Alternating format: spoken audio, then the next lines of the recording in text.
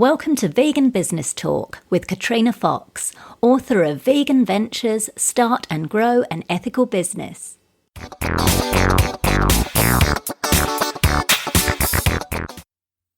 Hello and welcome to episode 80 of Vegan Business Talk. I'm Katrina Fox, journalist, author, media and PR coach, copywriter, editor and proofreader, and founder of Vegan Business Media, a content, events and training platform providing success tips for vegan business owners and entrepreneurs. In this episode, I interview Lois Eastlund, vegan fashion designer of her eponymous brand in New York. Lois has loved fashion since she was a child and knew from the age of 11 that she wanted to attend New York City's Fashion Institute of Technology. After gaining her degree from there several years later, she entered the industry, working in Manhattan's garment district for more than 30 years as a designer in menswear, womenswear, junior sportswear and tween clothing. During this time, she also ran her own shop in the East Village and leveraged her line of streetwear, wholesaling to vendors throughout Europe, Asia and the US, including New York City's Patricia Fields. In 2008, after years of freelancing, vending at weekend markets and participating in an independent designer co-op in NoHo, Lois opened her eponymous boutique on the Lower East Side. For 5 years, the store stocked her line of men's shirts and women's dresses that embodied her signature aesthetic, bold patterns and flattering tailoring, which continues to define her brand to this day. In 2013, Lois made a strategic decision to close her physical store and focus on online fashion to reach a broader audience for her designs, which are aimed at the modern woman who is young at heart while taking advantage of also showcasing her wares at local pop-up events. Lois and her designs have appeared in a number of media outlets, including the New York Times, Women's Wear Daily, CBS News This Morning, and many more. And she's the co-founder of digital vegan fashion magazine La Fashionista Compassionista. While Lois went vegan in 2011, her fashion line has always been animal-free, sewn by hand by her from cotton and cotton blends. Most recently, she's been making print-on-demand t-shirts and other accessories, which she sells on Redbubble and Amazon. In this interview, Lois discusses how not knowing what you're doing when starting a business can be a bonus, how an incident early on in her business taught her to eliminate middlemen and to deal directly with manufacturers and suppliers, a strategy she uses to keep the cost of fabrics down and how this influences her designs, why she closed her physical store in 2012 and moved into running an online-only fashion brand, the pros and cons of being involved in high-profile fashion events such as New York Fashion Week, why she chooses to continue to make all the garments herself and how this can be a good selling point in a business, and much more. Here's the interview with Lois Eastlund. Hello, Lois. Thank you very much for joining me today. Well, hello, Katrina. Thank you for having me. Oh, no, I'm delighted to speak with you because I know you're very, very experienced in your particular industry and trade. And, I have people on with different levels. Like some people have gone into an industry with no experience and others have got a lot of experience. So I'm certainly very interested in hearing about your business journey and how you've become a wonderful fashion brand. So, thank you. I know you're a regular listener to the podcast, so my very first question is all about the why. I love hearing people's stories about why they do what they do, why they're in the business that they're in. So tell us about your why, Lois. Well, actually, there was no other options. I think I just came out of the womb being into fashion. There was never a doubt. There was never a question. When I was little, I had Barbie fashion shows. I was making Barbie doll clothes.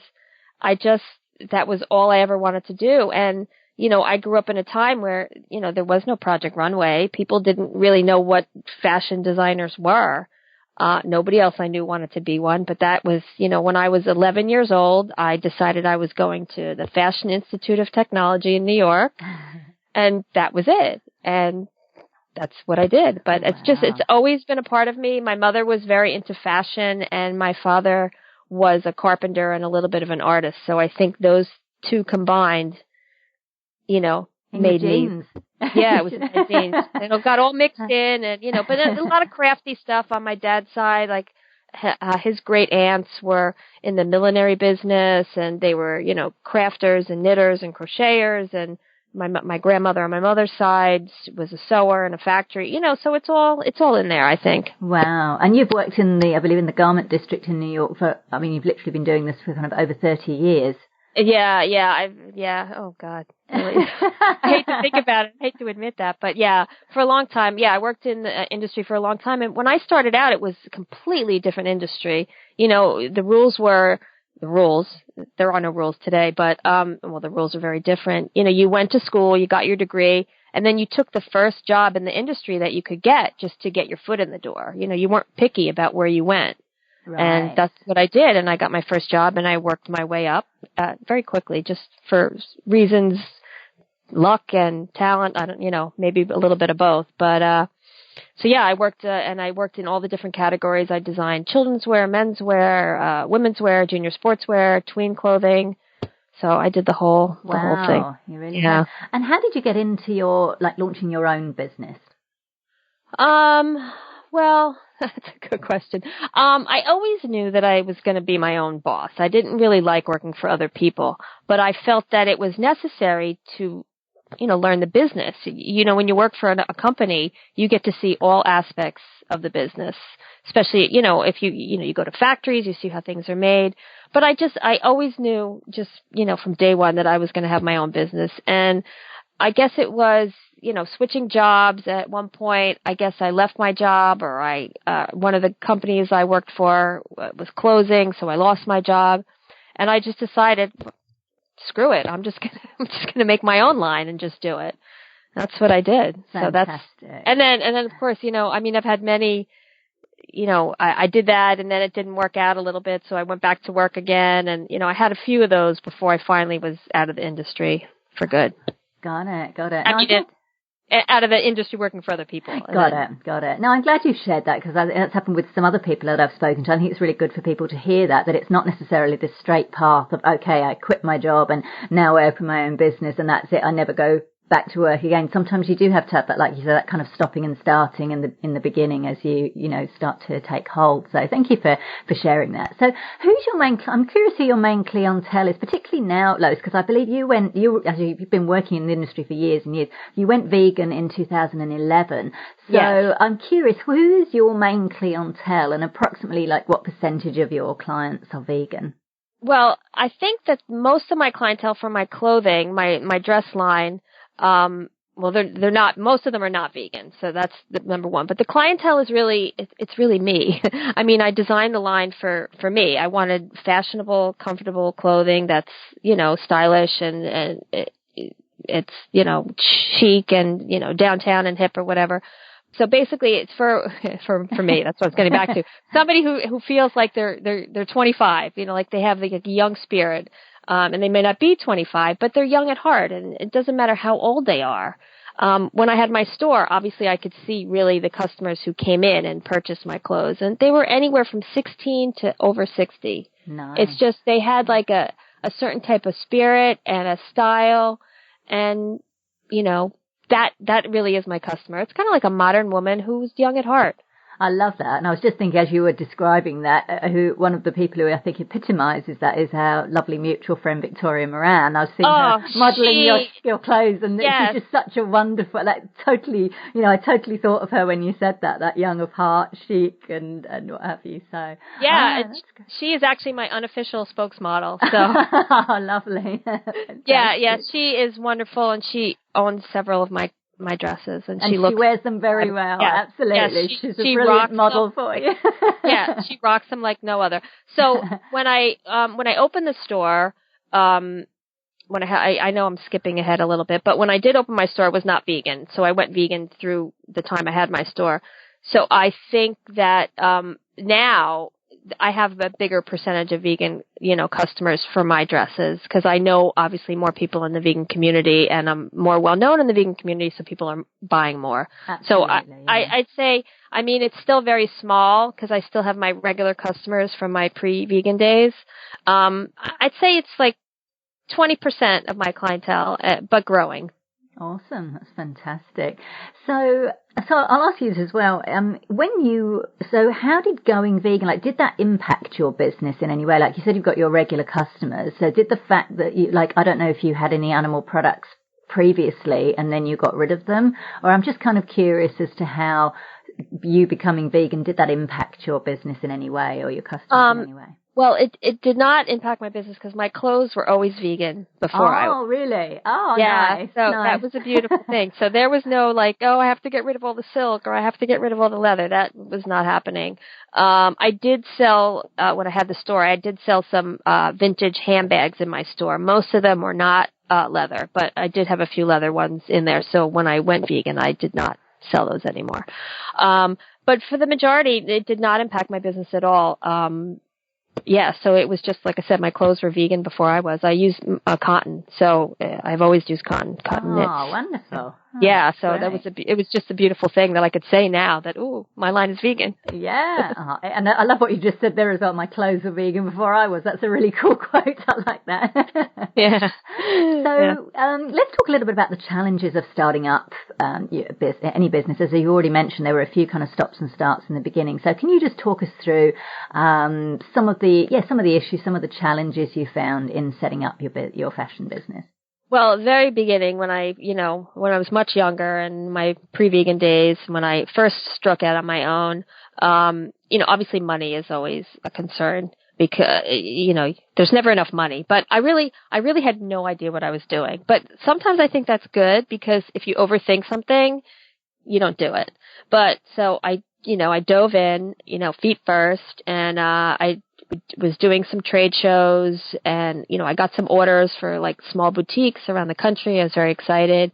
I filled some orders, and then I decided I was going to have them, the samples made at a small factory, and I met somebody whose mother had a factory, and I went to see the factory, and everything was good, and then I let this person be the go-between between me and the factory. And so when some of my orders were ready to, needed to be shipped, I was calling the factory, and she's like, no, I said we can't do this. So it's like, oh my gosh. So I couldn't ship those orders. So I lost those orders. But what I learned was never have like a middleman. Deal directly with the factory. Deal directly with your suppliers. Don't take somebody's word for it. That was one challenge. But, I bounced back. I did another trade show, and I actually wrote to all the customers, explained the situation, and I said, please, don't hold this against me. I hope you order from me again. And they did. So it worked out for that. But that, that was a long time ago, and, Yeah, that's good advice. It's good to be aware of that kind of thing, though. So I'm glad you shared that. And then I did so well that I did not have enough money to produce the clothes. So that's kind of a high quality problem in a way. I know, and I didn't really know. I was very young, not so young, but I was much younger, and I didn't really understand about like getting. There's all kinds of things where you could borrow money against orders, and but I didn't want to do that. I didn't want to use other people's money, so I ended up stopping that for a while and then going back to work for a little bit before I ventured out again. So. Got it. Wow, that's just fascinating. Interesting. Yeah, I'm saying, if you had hours, I could go on for hours.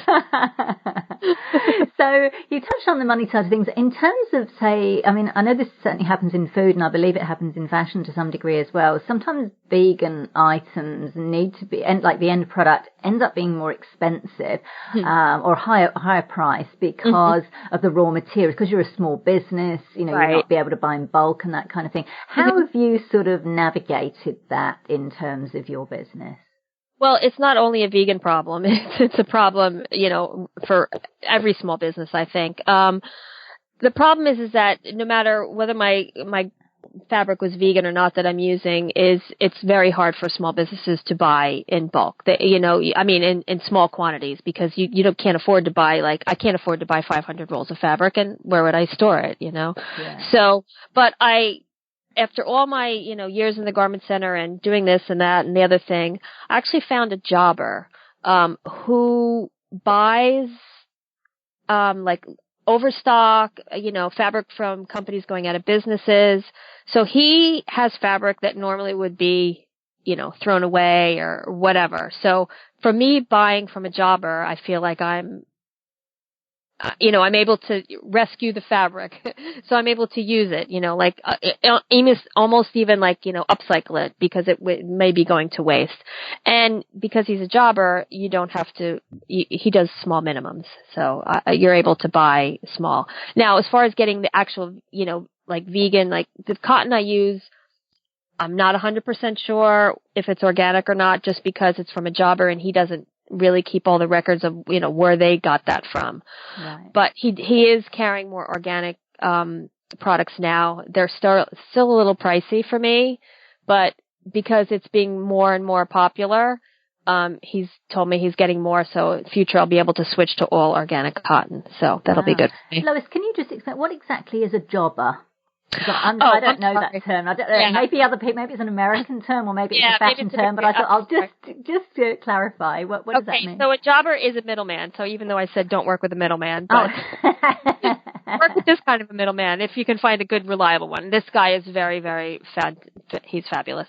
So basically, what a jobber is he's a middleman who buys up say a store is closing. Somebody will buy up all the closeouts and then they'll resell it. So that's a jobber, somebody who buys something that's either going out of business or overstocked from somebody and they'll resell it. It might have a different name, where you are. It might be just called a reseller. I don't know. Okay. But cool. So basically he has a whole business. He has a factory in Pennsylvania. I wish I could go there and see it because going to fabric stores and looking at fabric is my jam. It's like my happy place. I'd be lost in there for hours and I would never come out because I'm looking and touching all the fabrics. So basically he has a huge warehouse and he buys up, like I said, mills that, there's so many mills that have closed in the United States, fabric mills. He buys up all the fabrics. Companies going out of business. Maybe it's designer. They're selling off their fabric. Maybe they, used up all the fabric for their line that they needed and they have extra fabric. So he'll buy that up. And so he stores that. So do you then kind of base your designs on do you get the material first and then figure out your designs, so that you kind of know that you've got enough material to make a certain design? Well, what I work, the fabric speaks to me.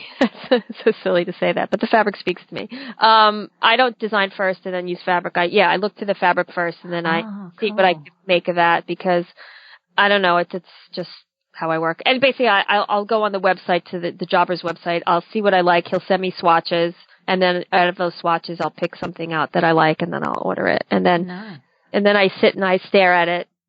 It's usually solid colors because I do a lot of color blocking. You've seen my lovely. And then I'll just stare at them and then they decide what they're going to be. I love that. I really love that. I appreciate you sharing the way you work. It's fascinating, and I love the fact that you're, like you say, you're recycling, upcycling that material that would otherwise go to waste. That's pretty cool. Yeah. So until I could be, well enough to afford 100% organic, that I know it's, 100% sustainable and all that, then this is the second best option that I could do right at this moment. Brilliant. Now, we shared some of the challenges that you faced when you first started out, so I'm curious about how those change as you grow and become a bit more mature as a business. Now, I know, for example, you mentioned you had a physical store, which I believe you opened in 2008 in New York, and then closed it in 2013. And you've moved to online only. Can you tell us, as much as you're comfortable sharing, why that happened, and what have been the benefits and any disadvantages? Well, the reason. When I first opened it in 2008, the economy had just tanked in the U.S. Oh yes, it was the GFC, wasn't it? Yeah, it was really bad. But and so I was saying either I'm really stupid or I'm really brilliant for opening a business right now. So, and what happened is the reason I was able, and I'm more than happy to share this, is that I had owned an apartment in New York. I when I worked in the garment industry, I did end up making a lot of money, which was very nice. I miss those days. That's the only thing I miss about working for other people is the money. But, I saved enough to buy an apartment and, I had a beautiful apartment. And then I didn't have, regular work anymore and I couldn't afford to stay in my apartment. So I was able to sell it, but I was able to sell it right before the market crashed.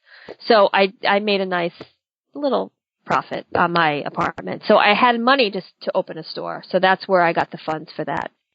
Right. And, but when I opened it, I did really well. The first couple of years, it was amazing. It was so much traffic, and it was just all organic traffic, really. I mean, the neighborhood I was in was very good. There was a lot of foreign tourists coming in, and it was fabulous. And then the economy started to go a little wonky again, and people stopped shopping.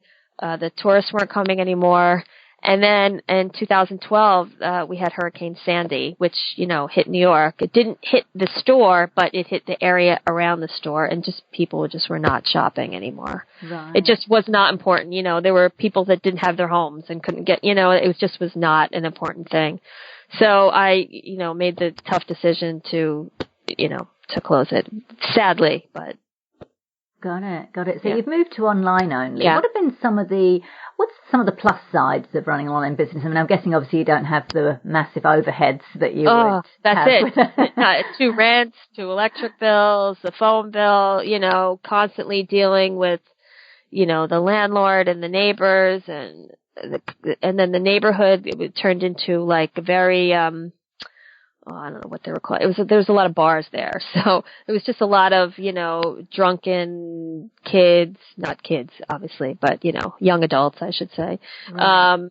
The neighborhood became unruly, and I had to be there. I did not have any employees. I was there all the time, myself. And I used to work in the store because I make my dresses myself. I actually sew them. So. Oh, wow. Yeah, so I would cut them out in my apartment. I'd bring them to the store. I had a little sewing machine set up. I'd be sewing them there, working on that stuff, which was fine.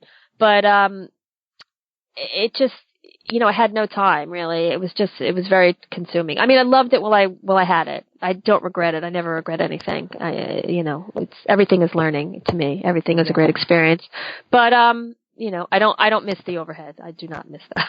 Got it. And I believe you do some occasional pop-ups around New York. Is that right? I've been doing a little bit of them with my accessories, and the problem is that most of the pop-ups I've been doing are, mostly food, and people are really coming for the food, and they're really not coming for my little accessories that I make out of excess fabric. That's what I make, tote bags and wallets out of leftover fabrics from the dresses.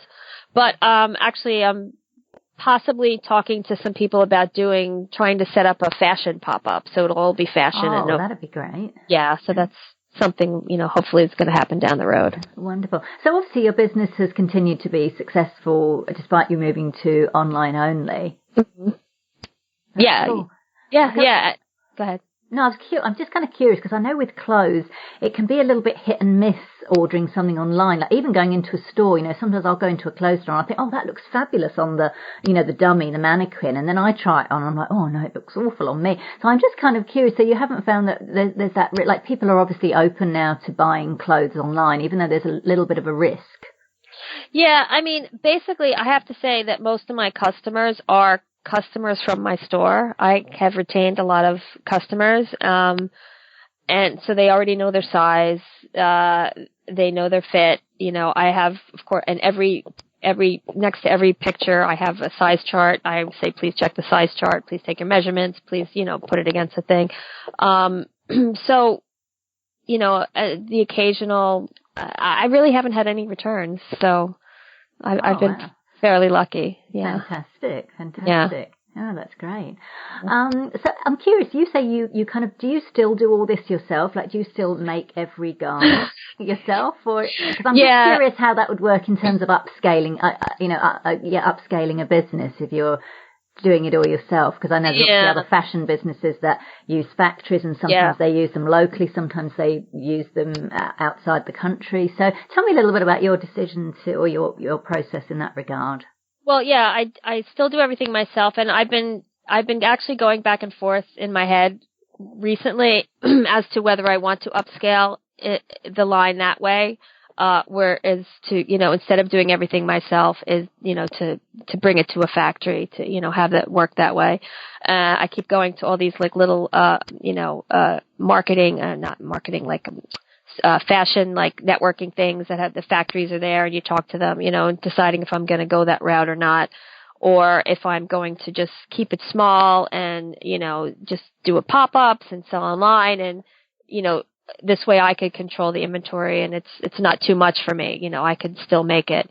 I'm also looking into, and I actually started doing some print-on-demand designing, which is T-shirt and fabrics that I design, and then I get to put it on like a dress or a T-shirt or a pillow or a mug or whatever through the website I'm working with, and people buy the dresses with the fabric that I've designed. So that's another area I'm looking into as to kind of free up my time to work on the dresses.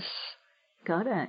Although I suppose in a way it's quite a cool selling point, because I guess not many people are doing that, and particularly some of the larger, fashion places, to actually have a dress knowing it's made, but especially because your business name is, Lois Eastlund Design. Yeah. They really are. It is all you that they're wearing, which is kind of cool. It's all me. I do everything for, I make the patterns. I do all the cut, but it's not, I'm so used to doing it now that it's easy. I mean, obviously, if I got an order for 100 dresses, it might take me a while, but I don't think that's going to happen because I'm really not I might start pursuing a little bit of wholesale, so that's a whole nother thing. I'm kind of like a little all over right now, trying to figure out exactly, where to focus going forward.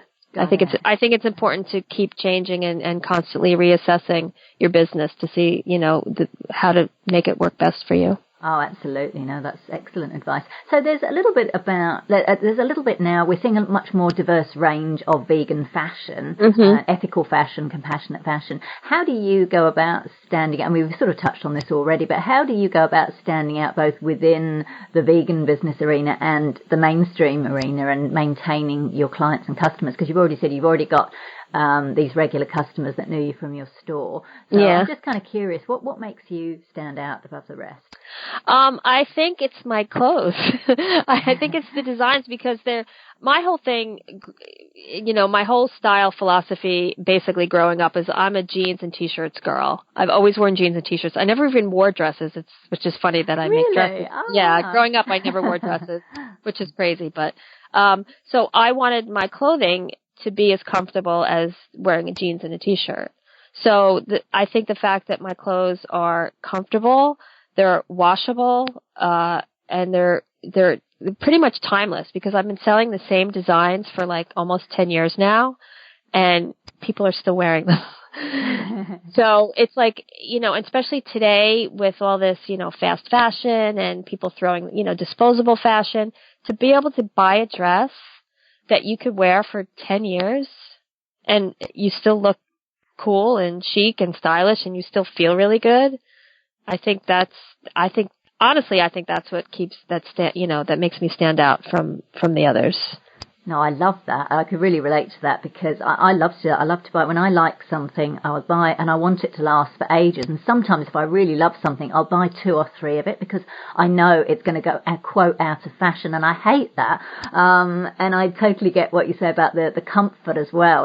You want to look, good, but you also want to be comfortable. For me particularly, that's around shoes. I used to wear heels a lot, and nowadays I'm just over it. But platforms, I like. If I can get platforms where my feet are completely flat, that's great. And they used to do them, and now they've gone out of fashion. I get so annoyed. I'm like, it's so I know. I'm ready to buy. Yeah, I don't wear heels at all. I wore heels when I was a teenager. That was the end of it. I'm like a boots girl, like jeans, t-shirts, boots. I wear boots in the summer. I don't care, whatever. But so that's it. So I totally agree with you. The platforms too. That's lovely, and I love that. I love that you've got that. Like you say, because I think there's this myth that fashion's got to be somehow uncomfortable, but that's not the case at all. Like you say, you can look cool and stylish and hip and all of that and be comfortable. So I love that you're combining the two. I think that's really cool. Fantastic. So let's talk a little bit about the marketing and promotion. So what have been some of your marketing strategies that you've used that have been successful in growing your business? Well, I mean, basically the only marketing I'm really doing is, social media and of course, networking at wonderful vegan events that I go to. So I think networking has been more successful in the vegan community as far as, getting, nice, beautiful vegan women to wear my dresses. but as far as my other customers, like I said, I have my regular customers from my store. But yeah, I'm just on social media. That's really what I'm doing. Fantastic. Oh, that's great. Which particular social media works for you? I'm guessing the visual ones probably work well. Is that right? Well, I'm on I'm on Facebook, I'm on Twitter, I'm on Pinterest and Instagram. I still think that Facebook works the best for me. They've changed the algorithms for businesses. Oh, it's killing me what they're doing. Yeah. So even though I still have my business page, I still post the same things on my personal page, and that really works. And Instagram, I wasn't on as business, but I switched back to personal because I heard that they were like kind of throttling the business people. So, because they want you to buy advertising. Yeah, of course. So, that's great to know. It's interesting to know that Facebook works for you. When you say Facebook works for you, does it work for you in terms of, say, getting leads or fans that then you can funnel into your email? Or does it actually work for you that people go, oh, that's a really cool dress, I'm going to buy it? Yeah, it's more that. It's a really cool dress, and then somebody will message me and say, oh, do you sell online? And I'm like, yes, here's my website, even though it's usually there. And then, but I'll go out of my way and I'll say, which dress are you interested in? I'll send them a picture. I'll send them a size chart. It's so easy. Marketing today is so easy. When I started out, it was not this easy. It was so difficult, to find customers, but it's really easy now. I mean, we have it. The social media today is it's basically free advertising. Right. And it's an interesting one, isn't it? Because some people say, oh yeah, it's great, we've got all these marketing channels, but then there's also, everybody's jumping in on it, so it can be hard to stand above the crowd. But like you say, you've got very bold designs, and I guess you're in the kind of business where you can literally advertise your goods. Yeah. I mean, I wear them out too. I wear my clothes out. Exactly. Fantastic. What about in regards to the word vegan? Because as we say, you had your company for a while, but then you became vegan yourself. So can you talk to us a little bit about your use of the word vegan in your marketing or your branding on your website and the prominence of it, or whether you use it or not, and your decision to do that? Yeah, I do use it. I'm now PETA certified, so that's lovely. It's on my website, very big, and it's on my Facebook, and it's on everywhere. I think it's important because I think being vegan is extremely important for the animals, the environment, for us, the people, the human race, and I'm all for it. I see nothing wrong with it, and I just I want to shout it from the rooftops. Has it impacted, have any of your regular customers pushed back in any way, like when they've suddenly seen this word, because they just knew you as, Lois Eastlund designer, and now you're kind of PETA approved and vegan. So I'm just wondering, did you get what was the reaction of particularly some of your regular clients? No change, because like I said, my clothes were vegan, so it's not like my clothes changed. It's not like I took anything away or changed the fits or changed the fabric. It was always the same thing. So, cool. They're just like, oh, that's cool, you're vegan. Like, what is it? What do you eat? Stuff like that. Nice. What do you eat? That's what I would get. What do you eat? Yeah. I don't get that anymore, but I get, what do you eat? I'm like, nice. I eat food. Fantastic. Just food. You've also been featured in, I noticed, quite a lot of media, and I'm just curious, how did that come about? Did you hire a publicist? Did the media kind of come to you, or did you do any kind of outreach to get that kind of coverage? Just lucky. The media came to me. When I had the store, I got a lot because people would just walk in off the street and they happened to be from a magazine or a newspaper or a local, we had a local blog in New York downtown that wrote me up a lot. I was on like a national news channel on the morning show because I was using a certain payment system, because the person who worked for the payment system happened to come into my store that they saw I was using the payment system, and so it just weird, quirky things like that. And because I do get some emails, though, I guess people see on my website. I'm also on the PETA website, so I have not paid for anything. I've not hired anybody. I've not reached out. I'm just been very lucky. Being out there. Just being out there. Being out and, networking again at, vegan events. Exactly. Yeah. That makes a lot of sense. So let's talk a little bit about, your advice and tips. So for people who aspire to owning a vegan run business, and perhaps particularly in fashion, some up and coming, fashion designers, and they want to do things ethically, what's your opinion on what are the key things they need to take into account before making that jump from employment to going into their own business? Well, first they have to decide where their money's going to come from, and they have to have it before they should quit their job. That's number one. But the most important thing is you have to love it. You really have to be committed to do this, because it's a 24-hour business. You dream about it, you think about it. I get ideas in the shower. You know what I mean? Like it's constantly there. So that's very important. But once you decide that and you want to do it, research. You got to find the vegan fabrics. There's so much information available online now. There's all kinds of sourcing guides where you can find like the new vegan leathers, the vegan suede. They're making leather from pineapple, from wine. Yes, I saw that the other day. The wine, like it's amazing, isn't it? Yeah, they're making it from mushrooms. I actually just saw the pineapple leather at the Vegetarian Food Festival that we had a few weeks ago here in New York City.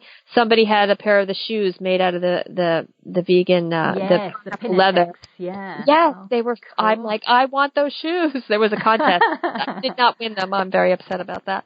But yeah, do your research. Find your your fabrics. There's so much information on sustainable factories. The good practices. If you're local, if you have a fashion garment center in where you are, go to the factories, talk to the people, see how they work. Just knowledge is power. Do as much research as possible, to make sure that they're following, your ethical standards. Got it. And I loved what you said earlier as well about the importance of networking, of actually getting out there face to face. That's another thing. Join some groups, join vegan groups, there's ethical fashion groups. Go to as many events as possible, because you just never know who you're going to meet, who you're going to talk to. Have your business cards ready, or, get your contact information on the phone. Just just be out there and just talk to anybody. About everything. Excellent advice. Yeah, like you said, like even with people coming into your store, you just don't know, or if you go out to an event, you just, like you say, you don't know who you'll meet. And I know I love being online, but there's nothing quite like that sort of real life interaction that can really cement a relationship. Yeah, that's something that I didn't mention that I wanted to mention, how much I missed. That's one of the things I missed about having the store, is the interaction, the one-on-one customers, because I met so many wonderful people from all over the world.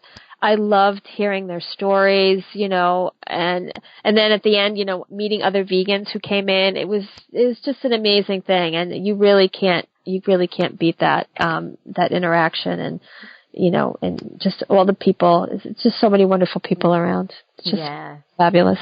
For sure. What personal qualities do you believe are essential to running a successful business, Lois? Well, once again, you have to be committed. You have to be open-minded. You have to be ready to accept failure, because, once again, I don't really think it's failure. I think it's more learning experience.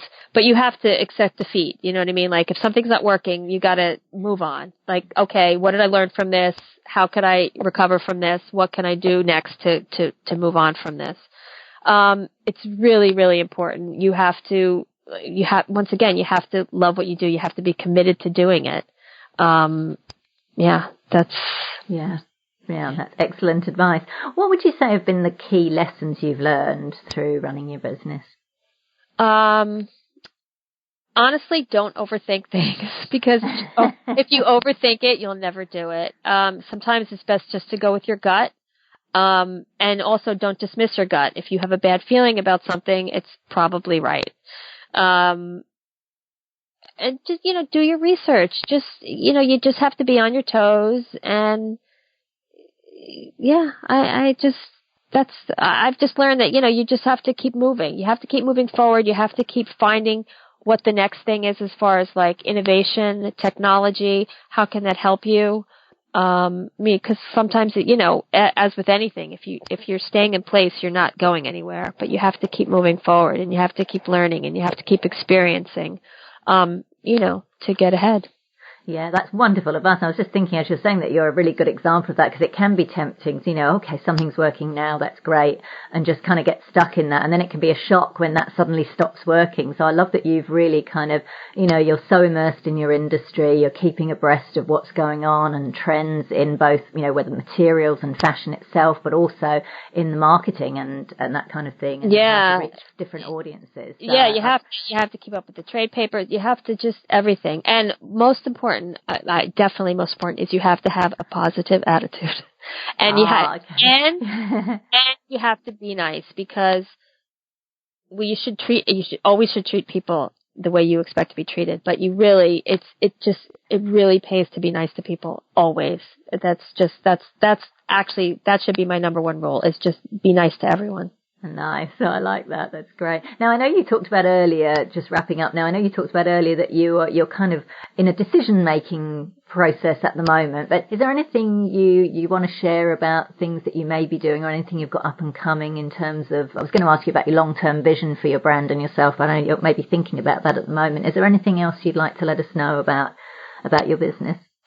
Well, that like I mentioned, that I'm doing some print on demand things. I think it's a good way to get out, the vegan message that way. Cause my thought was, how can I go forward and do what I love and, be more committed to the vegan, message? How can I get the message out there? So, by, still having my clothing line, shifting to doing some print on demand t-shirts where I have cute vegan messages, and, the other print on demand, fabrics that are going onto garments, that people can buy them that way as well.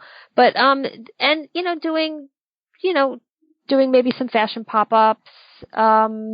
Did that answer the question? Yeah, sure. What about fashion shows like, I don't know, New York? I know New York Fashion Week is obviously huge, but I know sometimes have, or some of these fashion weeks have like ethical fashion components. Like, are you still involved, or have you been involved in that kind of thing? Or well, I did show, last year there was the ethical fashion show. It was like an ethical anti-fur fashion show. It was curated by John Bartlett, and I had some dresses in that show. There's going to be another one. I don't know if I think it was postponed until next year. Honestly, I'm not sure about that. I was working with the woman, but we lost touch a little bit. I have to get back in touch with her. But I did show at New York Fashion Week, not like the big tents, like the big people, but there are a lot of small venues, and I did my first show. It was vegan. I wasn't, but it was in it was in 2011, like a couple months before I went vegan. I had my first New York Fashion Week show, and I've showed about maybe 3 or 4 years. I didn't do the last 2 years, just because it wasn't really. It was just a lot of stress and not really. Is it something you would advise? Like, is it a good thing for fashion designers to do? I think that if you can get in front of the right people, it might be, but it's kind of more hype than it is. I mean, you do get some great photos from it. So if you could work at that, and if you could do it, a lot of these shows do, like a very reduced rate, because it's pretty expensive to do. I was going to ask you that. So you've obviously paid to be involved in that. Well, a couple I paid, a couple I did myself. I just had like my own renegade shows, and which was so fun, but a lot of stress. And the last one I did, was it last year or the year before? God, time goes so fast. I actually did like Atlantic City Fashion Week. They offered me a free spot, so I did that. I think that was the last one I did. But now it's just too much work. And I've shown at Brooklyn Fashion Week, yeah. So yeah, I keep forgetting all these things I've done. You've done so much. Yeah, well, it's just keep going forward and try not to look back.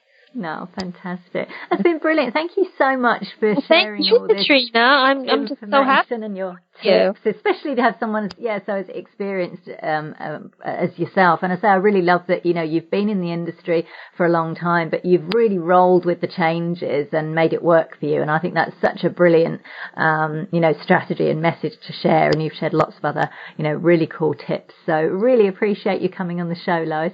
Thank you. Thank you so much, Katrina. So that was Lois Eastlund. You can find out more at loiseastlund.com.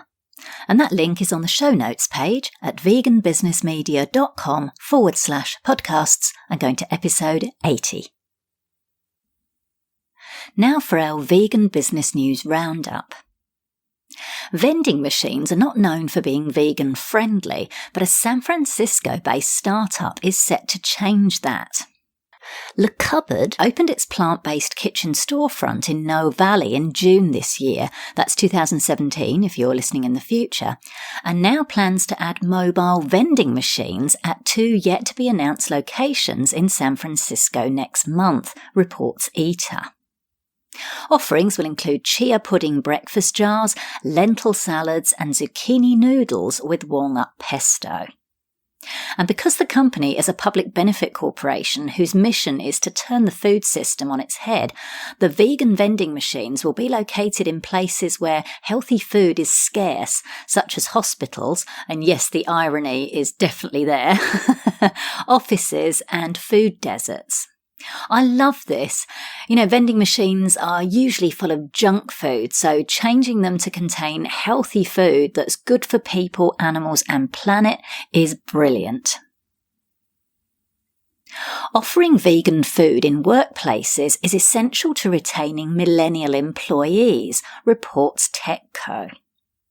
Krista Ungerbock, coach at CEO Growth, advised in the article that millennials are much more health conscious than their older peers. She said, "Gone are the days when a boss can come in with a box of donuts without offending anyone. From gluten-free to vegan to low-carb to juice fasts, there are so many specific diets with which millennials experiment. So if you're going to offer food and drink in the office kitchen or at company parties, make sure that you're offering a wide variety of health-conscious foods with plenty of vegan and gluten-free options." Now, this is fantastic, and I love that this is being recognised, but I think someone needs to tell Ungerbock that there are some amazing vegan donuts now available. And while they may not be the healthiest, they're certainly better than those with animal ingredients. Finally, the Canadian government released a new set of proposed dietary guidelines last week in which plant-based foods are given more emphasis than ever before, reports Veg News. The draft guidelines recommend regular intake of vegetables, fruit, whole grains and protein-rich foods, especially plant-based sources of protein. They also encourage people to eat less meat and saturated fat derived from animal products.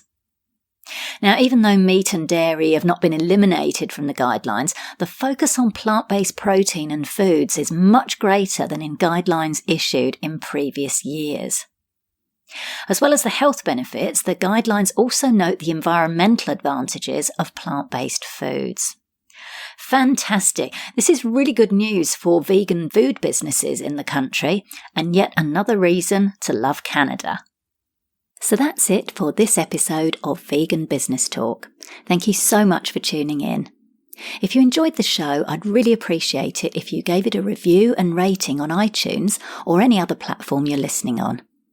Finally, I encourage you to head over to veganbusinessmedia.com, where you can find more resources, including details of my media and PR consultations, copywriting, editing and proofreading services to help you grow your vegan business.